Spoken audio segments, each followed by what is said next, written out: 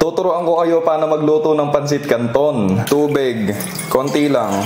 As in konti lang para di na tayo mag-drain. Pagkakulo, lagay.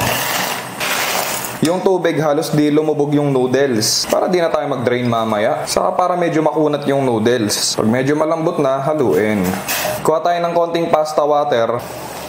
Yan, luto na. Di na kailangan mag-drain.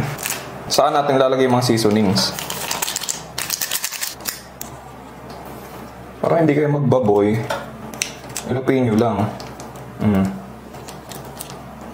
Saan nyo pigain para kuha lahat? Walang tira.